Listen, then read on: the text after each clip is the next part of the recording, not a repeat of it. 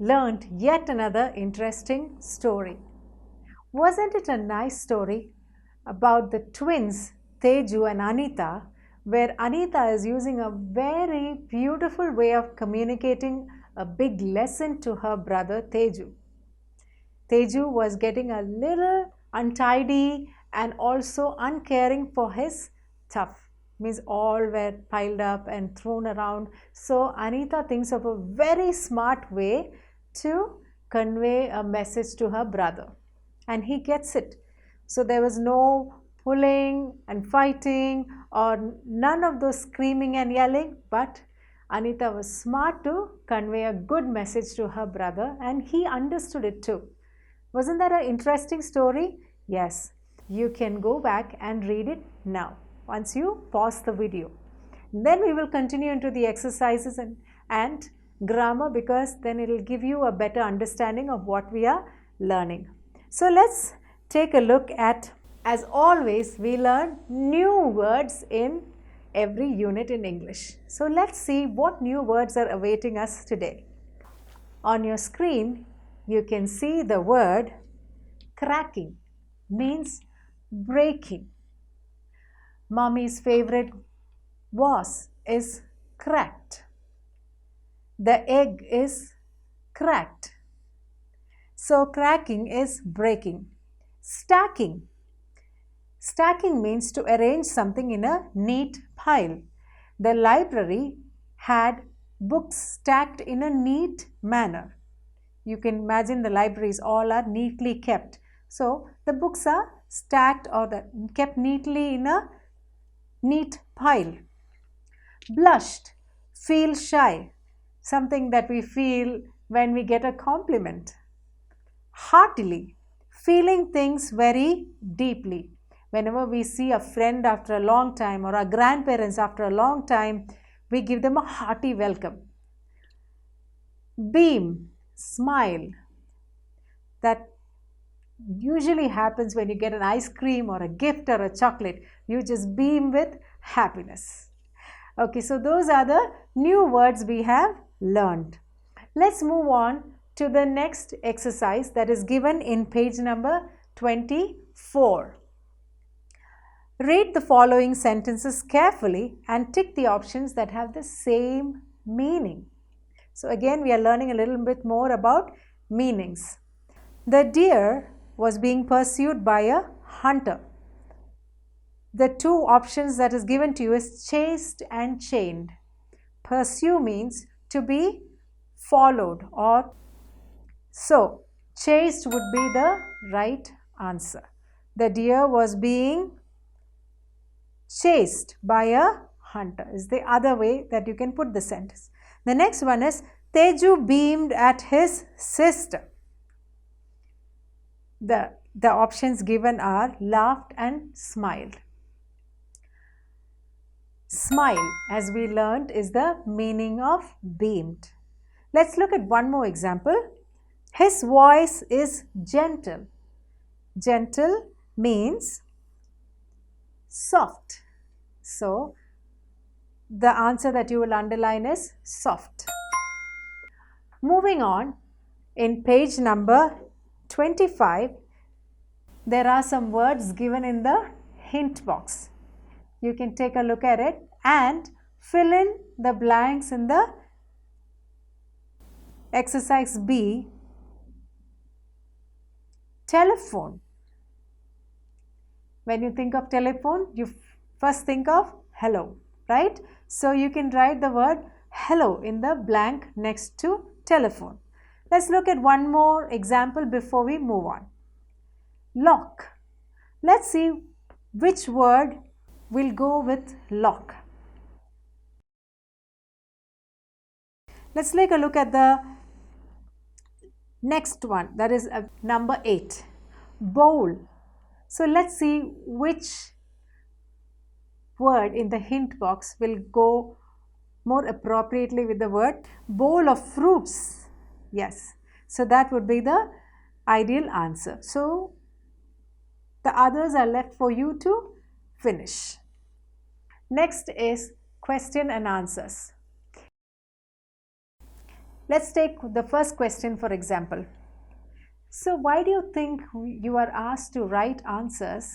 Is that you will remember what you have learnt about sentence making and you will practice it. So will you remember the sentence making as you write? Remember to start with the capital and use the correct punctuation marks.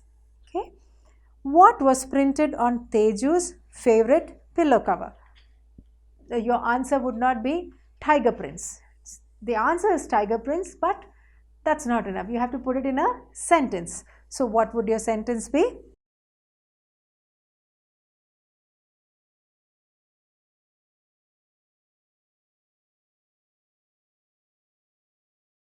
Alright, go ahead and answer these questions.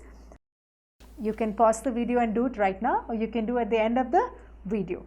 We'll move on to the next one, page number 26. And this is grammar time. What grammar are we going to learn today? We have learned about nouns in the previous units, right? Nouns are names of person, animal, thing and places. Okay, then we also went on to learn about proper nouns and common nouns. Now let's see what is a pronoun. Pronoun is a word that is used to replace a noun, or it is also said as it is a word used to in the place of a noun. Let's see what the pronouns are. There are personal pronouns like I, me, he, she, him and her. Then we call it as, the pronouns that we use are them, they, we, us. Okay? There are so many different kinds of pronouns and the subject is very vast, but today we will learn these points and we will go into our exercises. Pronouns are the words that are used to replace a noun or used in the place of a noun. Now, for practice, let's look at the sentences which are given below. Ankur is holding a bat. Ankur likes to play cricket. So instead of going on repeating the noun, we can use the pronoun instead. That is another benefit of using a pronoun. See, in this sentence, Ankur is holding a bat. He likes to play cricket. So there's only one person mentioned here, so we use the personal pronouns he. We will take a look at the fifth one. Radha has invited Tom, Ajay and Veena to her birthday party. So Tom, Ajay and Veena have gone out to buy gifts for her. That's the sentence. So imagine we are having to use the nouns again and again repeatedly, right? So instead let's try to put the pronoun. Radha has invited Tom, Ajay and Veena to her birthday party. So they have gone out to buy gifts for her. We are moving on to exercise E. Choose the pronouns that best complete the following sentence. We are continuing with the pronouns. They, he are going to Mumbai. They are going to Mumbai would be the right sentence. So, you understood in which place we will use what kind of pronoun, right? We'll see one more example. Meena does not have a pencil. He is writing with Manu's pencil, or she is writing with Manu's pencil. Because it's Meena, girl, we use the personal pronoun she. So let's read how it goes. Meena does not have a pencil. She is writing with Manu's pencil. Next, page number 27. As we discussed in the earlier units, listening, reading, writing and speaking all are methods that will improve your communication. Right? Communication is how you express your ideas. Okay, so we are going to first listen to one set of instructions, and then you're going to speak, and then you're going to even write. Okay, so let's see what we have to listen to first. Listen carefully to this list of good habits. I'm sure you hear this very often, but I'm sure hearing it another time will only reinforce it back into your mind. Number 1, you should keep your study table clean. You should regularly dust your books and notebooks. You should not throw your clothes or notebooks on the bed. You should stack your clothes neatly in your cupboard. You learned a new word, stacking, right? Yes, to arrange it neatly in a pile. Yes. So these are good habits. Now, speaking part. You are asked to think and speak about different ways to keep your classrooms clean. I'm sure you have some unique ideas and you can write it down and speak about it. You can even add that as keeping your home clean. You can list out some things and share it with your parents this evening when you are having your dinner. Alright? So speaking will help you get confident over the words that you're using and your ideas. Okay? Alright. Writing. Write down a few lines about your favorite toy and describe it. Yes, I'm sure this is exciting for you because all of you have one or more favorite toys. It's the best part of your childhood, right? You have friends, you have playing, you have all kinds of things, and then a favorite toy as well. So make a list of what things you like about your toy. You describe your toy, from where you got it, and present it to your family if you want to. Okay? Otherwise, it's a writing exercise to help you make proper sentences. This is a poem which we all can relate to at some point of our life or the other. We have misplaced something very important to us. In this case, it's a child who lost her favorite doll. It's a sad beginning, but a happy ending. If you did not read this poem, why don't you pause the video and read through this poem? It's very interesting. It has rhyming words. It has so many new words. If you've already read the poem, let's move on to the new words.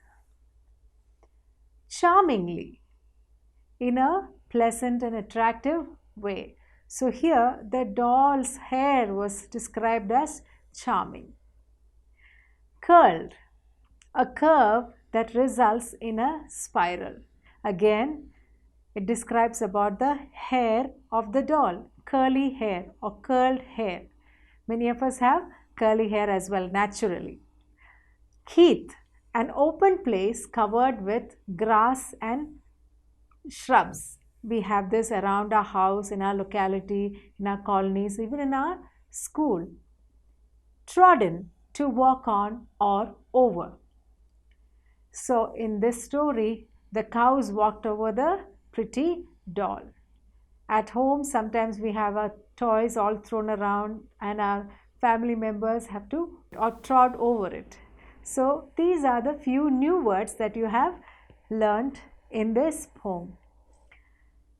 The next exercise is for you to join the column A to column B words, the words that appropriately make a meaningful sentence. Okay? Let's see column A, curly, and in column B, let's find what appropriately fits the word curly. Curly hair. Yes, we just read in the poem as well. Rosy, the words given are night, hair, cheeks, bush. Cheeks would be the right answer. Rosy cheeks. Here, the doll's cheeks were described as so red and so white, but rosy cheeks goes well with the doll as well. So, rosy cheeks. Pretty, not pretty night, not pretty hair, not pretty bush or evening, but pretty doll would be an appropriate word.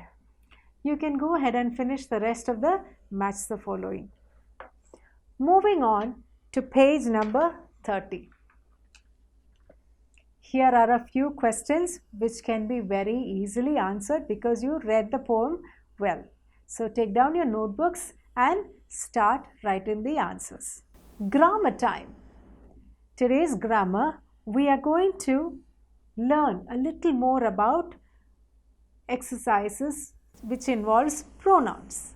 We just finished pronouns in the earlier unit, but we will continue to do because practice will make us perfect. So, read the sentences carefully and replace the underlined words or nouns, because we learned that pronouns replace a noun.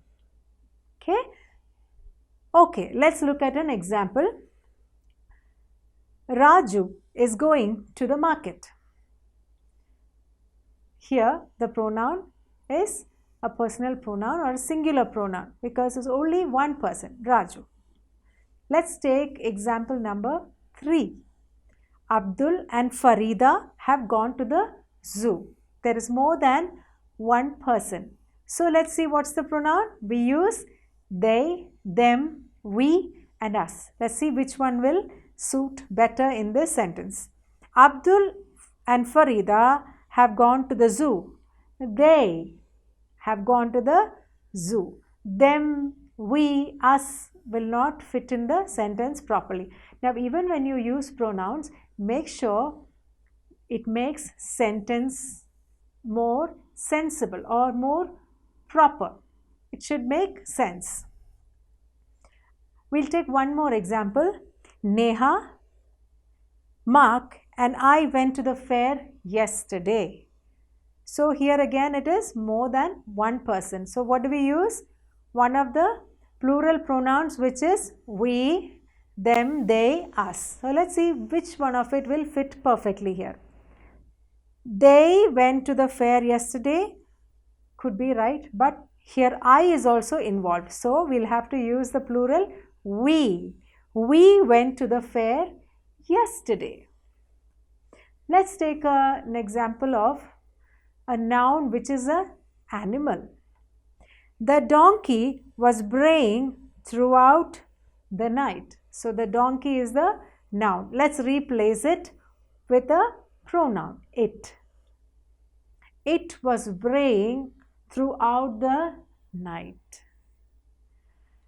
So the rest of the exercise of pronouns, you can do it by yourself with all that we have learned. I'm sure you will do it fast.